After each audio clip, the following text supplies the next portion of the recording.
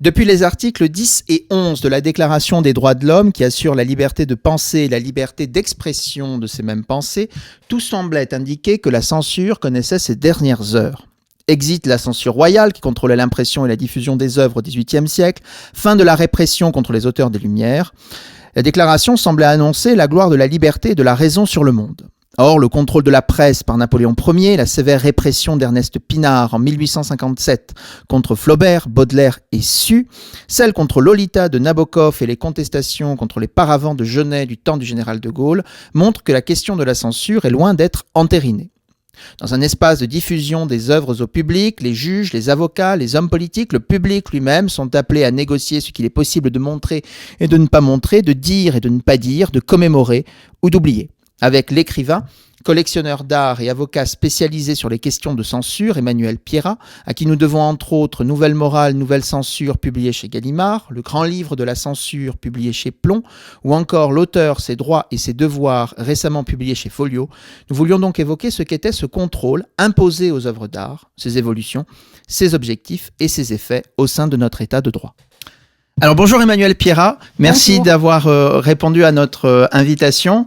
Je vais commencer par une question un peu simple, disons une question de définition. C'est comment on peut définir la censure ? Alors, avant de vous répondre, je vais d'abord vous remercier de cette invitation quand même. Musa Nostra et tous les deux, Marie-France et Kevin. Alors, vaste question que de commencer abruptement, si je puis me permettre, par définir la censure. La censure est une chose qui me nourrit un peu. Je pourrais la définir en creux, mais c'est une chose qui est presque aussi vieille que la liberté d'expression. C'est-à-dire, paradoxalement, depuis que l'homme peint, écrit, chante, s'exprime, il y a toujours quelqu'un d'autre, un de ses semblables, pour lui dire de me le faire un peu moins violemment, moins ceci, moins cela, plus calmement, plus respectueusement, plus dignement, etc., etc.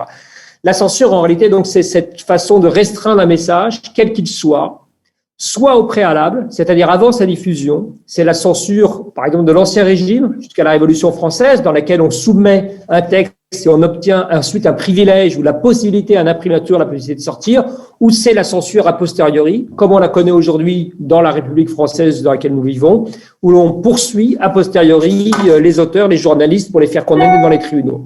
La censure, c'est pas uniquement des dommages et intérêts et des interdictions, c'est aussi une censure économique. La concentration économique dans les médias, c'est aussi l'absence, on va dire, de cloison entre le rédactionnel et la publicité, c'est l'intimidation par la violence, c'est la manifestation, c'est l'appel au meurtre, c'est la pétition, le boycott. C'est un ensemble de mouvements qui peuvent être juridiques, physiques et économiques, qui sont très multiples. Si je termine juste cette longue définition. Un de mes amis, Mathieu Lindon, qui est un romancier et journaliste à Libération, qui est le fils de Jérôme Lindon, qui était le grand patron des éditions de Minuit, maison d'édition née et qui porte le nom de Minuit parce qu'on imprimait à minuit pour ne pas être interdit et pouvoir diffuser clandestinement.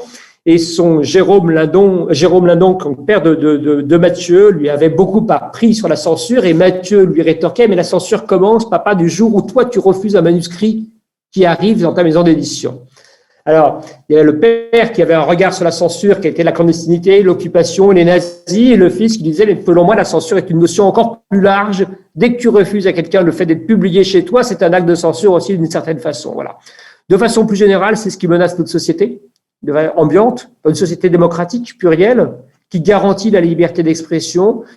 Mais c'est parce que nous jouissons de cette liberté d'expression en France que nous devons être particulièrement attentifs aux coups qui sont portés à la liberté d'expression.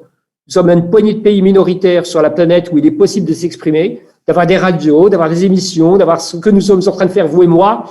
Et le régime général, c'est l'Arabie Saoudite, la République populaire de Chine, c'est-à-dire la censure, et c'est parce que nous devons être particulièrement, en tout cas, je le suis, et que j'écris beaucoup sur cette question.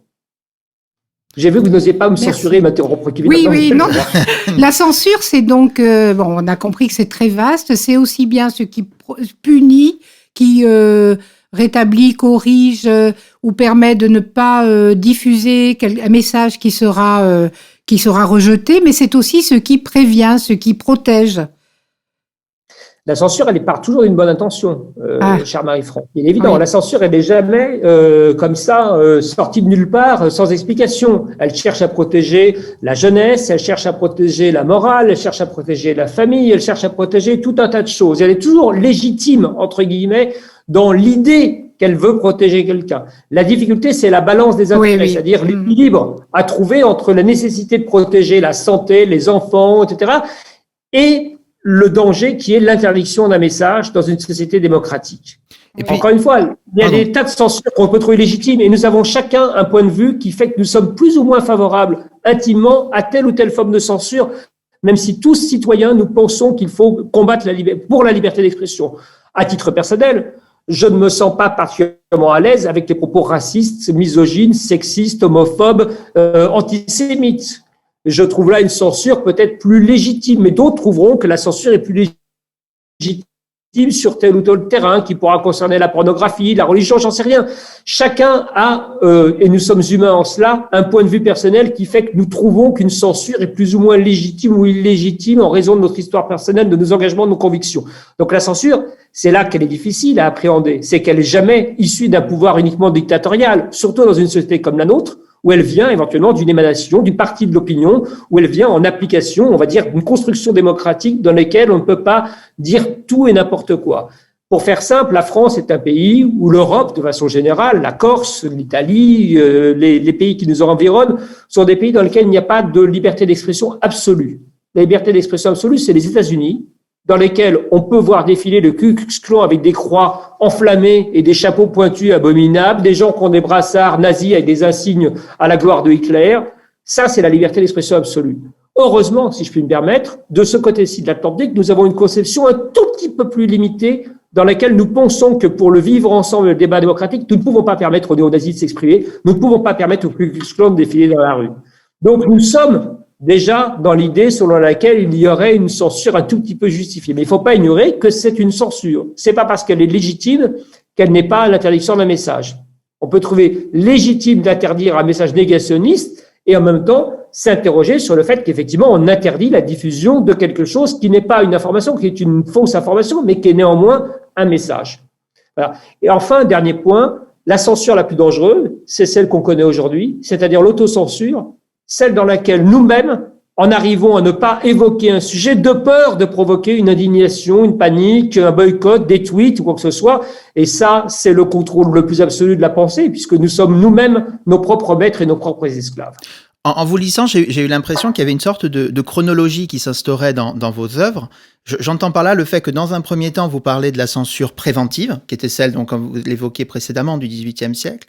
La censure répressive qui peut être instaurée par Ernest Pinard, justement, avec les 3 procès intentés. 1857 notamment. À Flaubert, à Baudelaire et à Eugène Sue sur leurs œuvres pour atteinte aux bonnes mœurs ou atteinte aux bonnes mœurs. À la morale publique. À la morale publique, voilà, cherchez le mot, merci. Et religieuse. Et religieuse. Et religieux, oui. Et aujourd'hui, en fait, vous finissez d'ailleurs votre ouvrage, c'est très intéressant. Finalement, avec cette question de l'autocensure, lorsque vous parlez d'accuser Baudelaire, Flaubert, levez-vous, sur la question de l'autocensure, que vous évoquez ensuite dans Nouvelle morale, Nouvelle censure chez Gallimard. J'ai l'impression qu'il y a une chronologie, une construction pour prendre en fait au long cours la question de la censure. Et la question que je me voulais vous poser à ce sujet-là, c'était au fond, qu'est-ce qui définissait ces nouvelles morales et ces nouvelles censures? Quelles sont en fait, quelle est au fond, comment le dire autrement, la spécificité de l'autocensure? Comment on la définit? Alors, elle est très intéressante. Vous l'avez parfaitement saisi. Dans mon travail, il y a cette progression qui correspond à une progression chronologique. On passe d'une censure préventive, effectivement, d'ancien régime, mais qu'on retrouve également jusqu'à Vichy, qu'on retrouvait aussi sous le pouvoir gaulliste, éventuellement pendant la guerre d'Algérie, à une censure ensuite a posteriori, et puis maintenant à une forme d'autocensure. Les condamnations, en réalité, devant les tribunaux pour interdire un livre ou un film sont très peu nombreuses. Les procès d'intention sont beaucoup plus nombreux. Et l'autocensure a gagné, a véritablement pris le pas. C'est-à-dire, dans soi-même, les cinéastes, les écrivains, les journalistes décident de ne pas aborder un sujet, non pas parce qu'il n'est pas intéressant, mais parce qu'il va susciter plus de vagues et de problèmes qu'il ne va résoudre éventuellement de débats qu'il souhaiterait évoquer. Et ce qui m'intéresse dans les nouvelles morales, les nouvelles censures, c'est cette capacité qu'ont des gens qui portaient la parole du bien, du camp du progrès, à devenir censeur en raison de ces valeurs de progrès. Par exemple, le combat MeToo contre le sexisme, le harcèlement fait aux femmes, etc., est un combat hautement légitime sur l'idée même qu'il faut absolument arriver à cette égalité parfaite entre les êtres à travers notre société, notre planète. Mais passant aujourd'hui par des mouvements de censure dans lesquels un mot de travers, une plaisanterie, un mouvement, un sketch qui aurait été acceptable il y a 30 ans ne l'est plus. Et donc nous arrivons aujourd'hui avec des gens qui ont été les héros de la liberté d'expression, les enfants de 68, pour faire simple, ou de la liberté d'expression et de l'affranchissement des mœurs, etc., qui deviennent eux-mêmes les instruments de la censure. La censure sur des questions de race, des questions religieuses, elle vient aujourd'hui d'un camp qui s'exprimait auparavant pour le droit au plus grand nombre. Et elle vient donc paradoxalement d'un camp auquel moi j'appartiens, c'est-à-dire le camp de la gauche, ou en tout cas d'une gauche républicaine, démocratique, et qui, de lui-même, est aujourd'hui, on va dire, plus demandeur de censure que ne l'est par opposition l'extrême droite ou la droite identitaire, conservatrice, religieuse ou les extrémismes religieux. Et c'est ça qui m'intéresse. Quand j'ai défendu Michel Houellebecq en 2002 pour des propos sur l'islam, j'avais d'un côté la Ligue islamique mondiale, association peu sympathique qui depuis est interdite sur le territoire national, qui demandait l'application de la charia, et à côté, dans les mêmes demandes, la Ligue des droits de l'homme, c'est-à-dire la même Ligue qui avait défendu les droits humains, la liberté d'expression, qui venait demander la condamnation d'un écrivain en disant que cet écrivain appelait à la haine contre une partie de nos concitoyens. Procès qu'ils ont perdu les uns et les autres. Mais ce basculement était très net en voyant d'un seul coup des gens extrémistes et religieux venir, on va dire, être renforcés, appuyés dans leurs demandes par des gens qui jusqu'ici avaient milité pour la plus grande liberté d'expression et l'égalité des droits.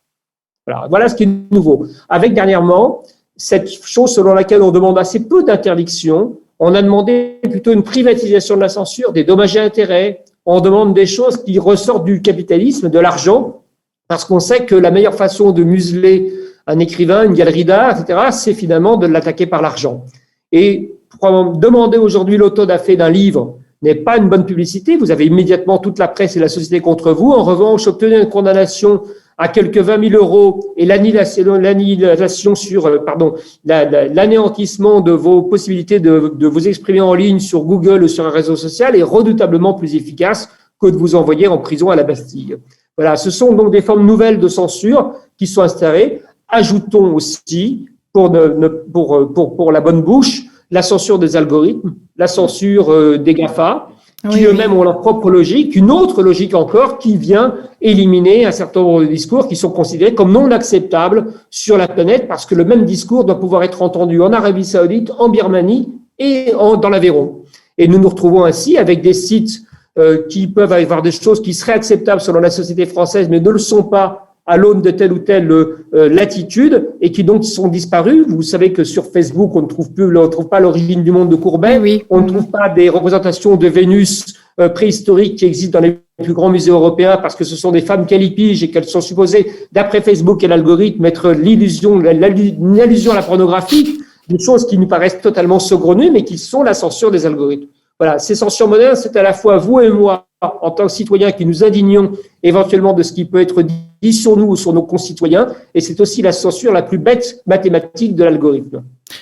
Est-ce que c'est aussi au fond, en quelque sorte, d'un point de vue philosophique, j'ai l'impression qu'il y a un débat entre deux conceptions, entre la vôtre d'une certaine façon qui plaidait, vous me dites si je me trompe pas, mais qui plaidait pour la liberté et la rationalité humaine. Au fond, on pourrait lire des œuvres et avec une préface, comme vous le dites dans Nouvelle Morale et Nouvelle Censure, accompagner un texte pour le donner à lire, pour le donner à la liberté humaine, à l'intelligence humaine, à la nuance, contre d'une certaine façon l'interdiction, qui elle, de son côté, plaide plutôt pour l'idée que les hommes ne sont pas capables de penser par eux-mêmes, au fond, et qu'il faut avoir...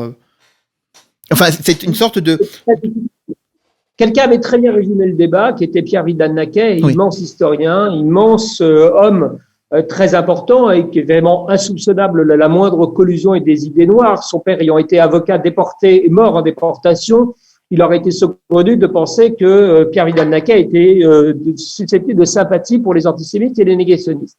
Mais lors du débat sur l'instauration des lois Guessot, qui ont permis de faire taire Forisson et consorts, Pierre Vidal-Naquet était le premier à dire « Vous savez qu'on va au-devant d'une pente très dangereuse et que je préférerais que l'on impose une préface de moi-même aux œuvres de Faurisson, et que si c'est le prix à payer, il soit aussi capable de préfacer les livres, et qu'on ait un débat plutôt que de le mettre dans la bactériologie et de l'interdire. Si nous l'interdisons, nous laisserons ces idées en réalité prospérer de façon clandestine dans les cerveaux les plus obscurs, alors que si nous les anéantissons par la science et par l'éducation et par la pensée, nous aurons véritablement gagné. Et c'est ça notre défi. Notre défi, c'est de savoir si on est dans une société capable de complexifier, de comprendre un problème complexe, et donc par la raison d'arriver à ce que une idée saugrenue, dangereuse, liberticide, haineuse puisse être écartée par la raison, ou si nous avons besoin d'être infantilisés et d'utiliser l'interdiction. Voilà. Malheureusement, dans une société où les tweets, c'est-à-dire 280 caractères, ont pris le pas sur un débat de fond, il est plus facile d'interdire que d'expliquer, de nuancer, de modérer. Et heureusement, il existe encore des terrains comme ce moment entre nous aujourd'hui où nous avons plus que 280 signes ou caractères pour s'exprimer et donner un peu de densité, de nuance et éviter de tomber dans une espèce de populisme qui consisterait à dire tout est permis ou rien ne doit l'être. Voilà. Nous savons que les choses sont plus complexes et que nous sommes face à une sorte de pavé mosaïque du noir, du blanc, dans lequel il faut expliquer, et rien n'est aussi simple que ça. Moi, je suis avocat, je sais que personne n'est fondamentalement coupable et personne n'est fondamentalement innocent, et que la vérité, elle est toujours gris moucheté, gris clair, gris foncé, et qu'elle est entre deux, et que dans ce grand nuancier, nous devons être capables de débattre démocratiquement plutôt que de procéder par des anathèmes. Oui, je pensais au domaine de la santé, Monsieur Pierrat. En ce moment, on entend beaucoup de choses. Celui qui ose dire que il considère que le virus passerait plus par les mains et qu'il se permet de sortir sans masque, il se fait incendier. Est-ce qu'il n'y a pas un vaste domaine là de censure? Dans les propos que l'on tient, il faut faire très attention, il faut être dans le consensus, il faut penser à la santé des autres avant même de... Il ne faut pas s'exprimer.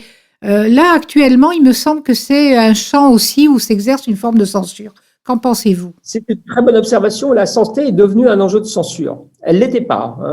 Il y a encore quelques décennies, la santé n'était pas considérée comme un sujet de censure. Le premier mouvement, c'est l'alcool, la drogue, et puis la pénalisation par la loi Evin, où on commence à dire, dans les années 80-90, on ne peut pas avoir Lucky Luke qui fume, on ne peut pas avoir un personnage comme Gainsbourg qui tient son clope à la bec, on peut pas avoir une affiche représentant Coco Chanel dont on ferait un pic qui tient son longue cigarette, et on se retrouve avec des absurdités où on interdit d'un seul coup à Jean-Paul Sartre dans une rétrospective, une exposition à la Bibliothèque nationale de France de fumer sur l'affiche, où on voit le petit truc que fume Jacques Tati retiré d'une rétrospective à la Cinémathèque, où on voit la Poste française qui caviarde et change une image d'André Malraux avec une cigarette au bec dans une magnifique photo de Gisèle Freund, que tout le monde connaît, célèbre, et quand on lui retire la cigarette, il a l'air totalement crétin, les cheveux au vent, de vouloir gommer une mouche. Eh bien, cette censure qui a commencé par l'hygiène, on va dire, du tabac et du vin et de l'alcool, elle se prolonge aujourd'hui. Vous avez suivi comme moi peut-être les débats sur les photos de mannequins anorexiques, sur la maigreur des mannequins. Désormais, la loi française interdit de montrer ou de retoucher une image pour montrer des gens trop maigres, afin de lutter contre l'anorexie. Désormais, si vous allez sur un plateau de télévision et que vous expliquez que vous êtes contre le port du masque, vous n'aurez même pas le droit de le dire. Vous serez immédiatement déprogrammé et vous aurez une plainte du CSA et vous serez noyé sous les injures et vous ne serez plus invité. Donc, il y a quelque chose, effectivement, de l'ordre d'une nouvelle censure. Alors, est-elle légitime ou pas? Ça n'est pas la question. Ce qui m'intéresse, c'est que, effectivement, nous sommes rentrés dans une société où la santé fait partie des objets de censure. Un seul autre exemple, vous savez, c'est la mort. Dans les années passées ou dans les siècles passés, on représentait volontiers les cadavres, et quand quelqu'un disparaissait, on exposait son corps, on faisait des moulages des mains, on faisait des moulages du visage mortuaire, et on prenait éventuellement des photos avec le corps et la famille posée à côté du corps. Désormais, l'image d'un mort est une chose inacceptable dans notre société. Vous montrez la photo, on l'a eu, la photographie de François Mitterrand sur son lit de mort, de Pierre Bérégovoy, du préfet Erignac assassiné, etc. Toutes ces images de cadavres ont été immédiatement interdites, soit par la justice, soit par l'opinion publique qui les considère comme inacceptables. Nous sommes devenus des dieux vivants dans lesquels la mort ne peut plus nous atteindre. Nous sommes devenus des êtres parfaits qui ne sommes ni obèses, ni anorexiques, qui ne fumons pas, qui ne buvons pas. Donc, dans les médias, dans la culture, une vie idyllique dans laquelle nous portons des masques, nous ne transmettons pas le virus, nous avons les gestes barrières en permanence, et c'est ainsi que sur TF1 a dit le lundi soir à 20h50, vous avez un commissaire de police qui, avant de prendre en course-poursuite un méchant met sa ceinture de sécurité, parce que sinon il y aura une interdiction, en tout cas une demande d'interdiction de la part des gens qui luttent contre la violence routière. Donc, vous arrivez à une vie irréelle dans laquelle le message sanitaire et hygiénique prend le pas sur l'imagination ou même sur la réalité, et tous les êtres humains ont un comportement parfait dans les bandes dessinées, dans les films. Ils ne boivent pas, ou alors s'ils boivent, il y a une morale qui indique qu'à la fin, ils meurent d'une cirrhose du foie. Donc c'est très saisissant, et ce débat, vous l'avez depuis un an, effectivement, à propos de la pandémie et du coronavirus, avec des effets qu'on mesurera véritablement et qu'on analysera sociologiquement et culturellement seulement dans quelques années, en regardant les images de ce que nous avons montré pendant cette année. Moi, je voulais revenir sur un point, c'était peut-être dans la notion de censure, sur la notion d'espace public. Aujourd'hui, la question de l'espace public est devenue, en fait, l'espace dans lequel nous pouvons soit resserrer un certain nombre de choses, par exemple, pour le public, défendre, dans un premier temps, on pouvait très bien commémorer Napoléon, et aujourd'hui, par exemple, on sent que la question de Napoléon pose problème. Parce que d'une certaine façon, l'espace public permet en fait ce jeu, c'est-à-dire à la fois qu'est-ce qu'on peut commémorer, qu'est-ce qu'on ne peut pas commémorer, qu'est-ce qu'on peut dire, qu'est-ce qu'on peut ne pas dire. Et quand on réévoque cette censure ou cette autocensure, est-ce que c'est pas aussi le fruit d'un bilan, d'une critique en fait sévère de la modernité, de ce qui a été importé par les valeurs des Lumières? C'est la question que je me pose. Bien sûr, vous avez parfaitement. Il y a quelque chose de très flagrant dans la façon dont le débat public ou l'espace public est devenu une propriété complètement partagée. C'est-à-dire dans laquelle, effectivement, si vous parlez de Napoléon, vous vous retrouvez à être obligatoirement, à voir invité dans le débat des gens qui ne vous parlent plus du tout de la contextualisation, du moment historique, mais qui vous parlent de l'esclavage, du droit des femmes, de droit, chose tout à fait légitime par ailleurs dans un autre débat. Mais la question n'est pas celle de savoir si ou non en 1810 ou en 1820. La question, c'est de savoir ce qu'on peut penser de positif dans la vie de Napoléon, de l'empereur, du code civil, etc. Et les gens vous disent, non, vous ne pouvez plus évoquer le code civil parce qu'il y a l'esclavage. On pourrait peut-être arriver à faire la part des choses et à pouvoir nuancer, à dire d'un côté, très bien, mettons l'esclavage, mais tâchons de nous concentrer sur les acquis ou les choses importantes dans les célébrations autour de ce personnage. C'est devenu impossible. C'est-à-dire que vous avez un espace public aujourd'hui qui est merveilleusement partagé, mais tellement partagé qu'une prise de position n'est plus audible. Elle est immédiatement contredite.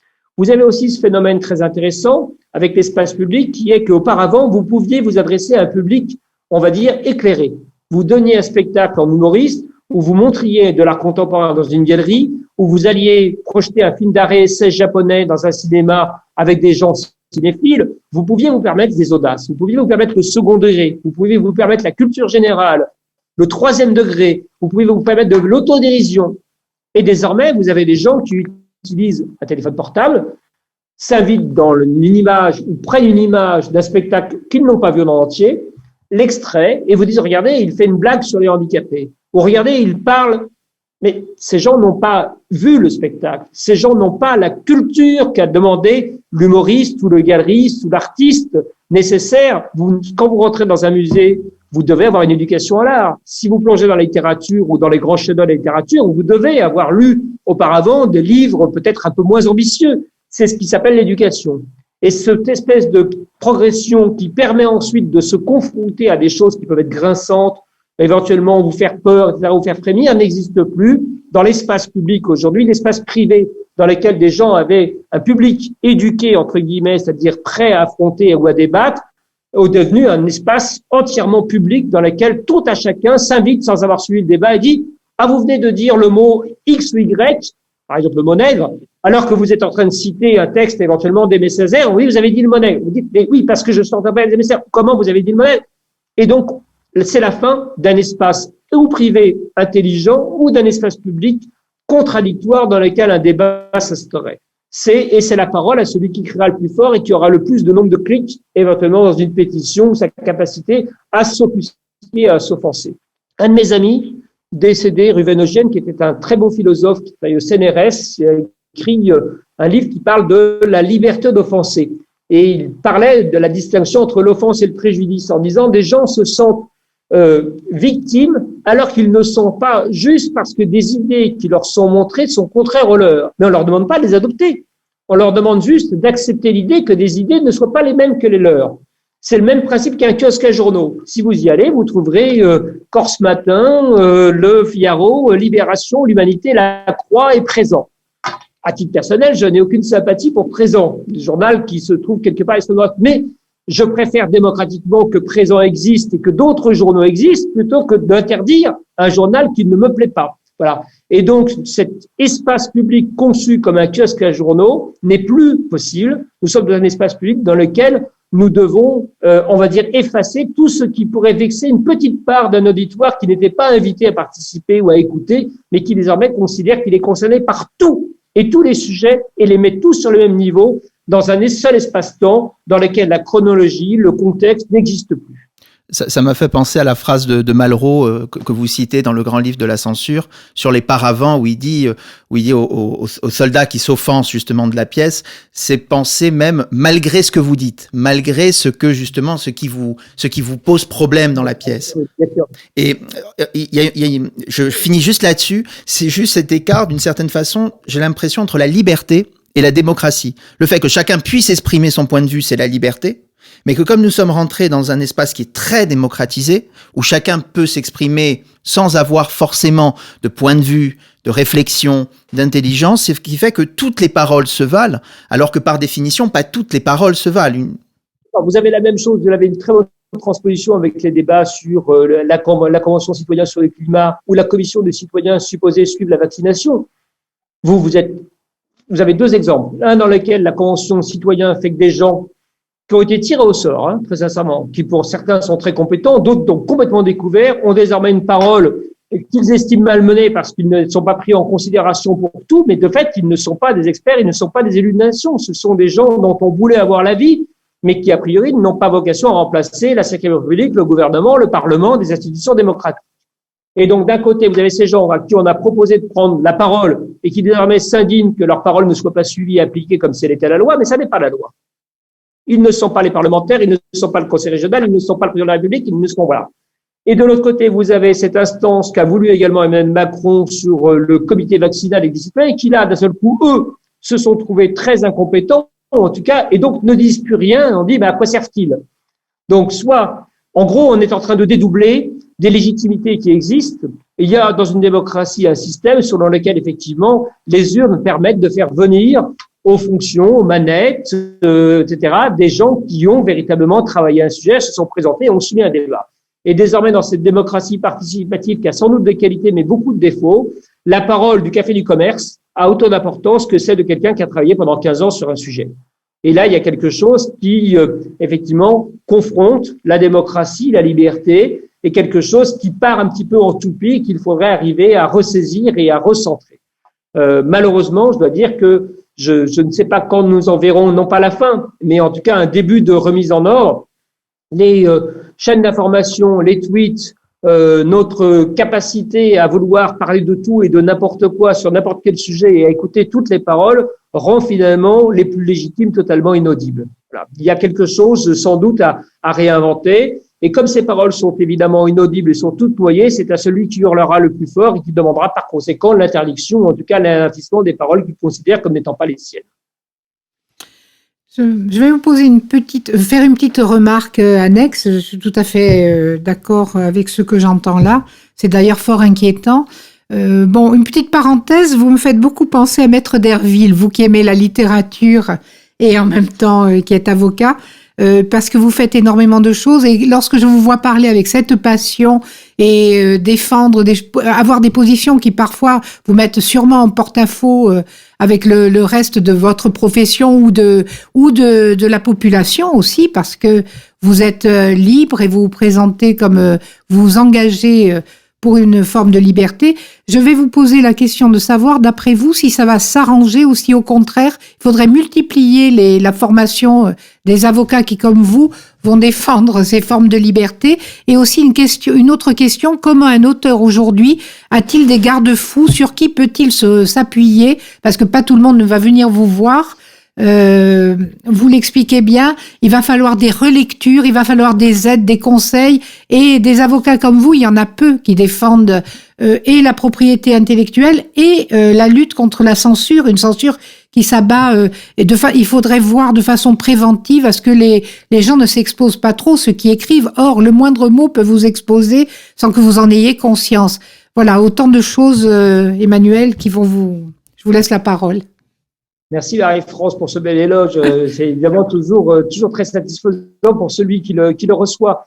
Non, je dois vous dire que heureusement l'avocature n'est pas complètement perdue. Il existe des avocates et des avocats nombreux et vaillants, mais il existe aussi un conformisme de plus en plus dans cette profession qui fait que je suis toujours très étonné de voir des avocats et des avocates qui reprochent à l'un d'entre eux de défendre éventuellement un assassin, éventuellement quelqu'un que la morale, évidemment, réprouverait, mais dont le principe même est qu'il a le droit d'être défendu. Et je suis toujours très stupéfait de voir des gens qui ont prêté serment de s'engager pour la défense, juger moralement la cause que défend un de leurs confrères ou un de leurs consoeurs. Voilà. Donc il y a là sans doute un rabougrissement de la pensée et de l'information qui doit nous inquiéter. Mais nous avons le même phénomène de façon générale. Moi, je suis sursaisi aujourd'hui qu'on puisse, dans la France de 2021 ou la Méditerranée ou l'Europe de 2021, avoir la question selon laquelle, comment, mon cher maître, pouvez-vous défendre un tel monstre? Je me dis, nous sommes en train de repartir en arrière. Tous les acquis de 250 ans à peu près de construction démocratique, révolutionnaire, cet acquis du XVIIIe siècle formidable qui a fait de nos pays ce qu'ils sont, etc. Tout ce débat, toute cette capacité à s'affranchir de servitude et de l'ancien régime sont balayés en moins de 2 minutes par des raisonnements extrêmement préjudiciables, poujadistes, approximatifs et rabougris. Mais il y a heureusement la capacité de croire en l'éducation. Moi, je suis toujours optimiste. Je suis pessimiste quand je regarde évidemment une partie de mes concitoyens, mais toujours optimiste parce qu'il y a toujours parmi les étudiants quelqu'un qui montre qu'il ne faut pas baisser la garde. Il y a toujours, encore une fois, parce que nous jouissons de la liberté, la nécessité de s'indigner des atteintes portées à celle-ci, en pensant que parce que c'est notre devoir de combattre et c'est notre devoir de ne pas abdiquer. Mais vous le savez, nous n'aspirons pas au repos. Donc il faut être des citoyens légitimement inquiet, mais pas pessimiste et capable de penser que l'avenir ne nous promet pas que le pire. Je voulais vous remercier, Emmanuel Pierrat, pour cet entretien. Je rappelle aussi votre dernier ouvrage, donc qui est paru chez Folio, l'auteur, ses droits et ses devoirs, où justement vous donnez un certain nombre de clés aux éditeurs, aux auteurs, pour savoir quelles sont les choses à faire qu'il est possible de faire et les choses qu'il n'est pas possible de faire. Et encore une fois, je vous remercie. C'est un gros livre. C'est un très gros livre, mais c'est un livre passionnant. Vraiment, c'est un livre sur incroyable. La littérature et censure, vous avez écrit Nouvelle morale, nouvelle censure. Aussi. L'histoire de la censure, accusé Baudelaire, Flaubert, levez-vous. 1857, j'ai plus sous les yeux. Le grand livre de la censure et accusé Baudelaire, Flaubert, levez-vous, c'est sur l'année 1857 et le travail terrible d'Ernest Pinard contre Baudelaire, Flaubert. En rappelant qu'en 2021, nous célébrons la naissance à la fois de Flaubert et de Baudelaire, le bicentenaire de la naissance des uns et des autres, 2 des victimes du même procureur dans la même année. C'est toujours l'année pire de notre histoire littéraire et en même temps, très sincèrement, il y a des moments où je me demande si nous n'y sommes pas revenus. Mais nous allons penser que nous sommes en 1858 que nous ne sommes pas au début de 1857. Voilà. Merci à tous les deux. Merci infiniment. Merci Emmanuel. Voilà. Et pour le soleil que vous envoyez grâce à Musa Nostra. Merci.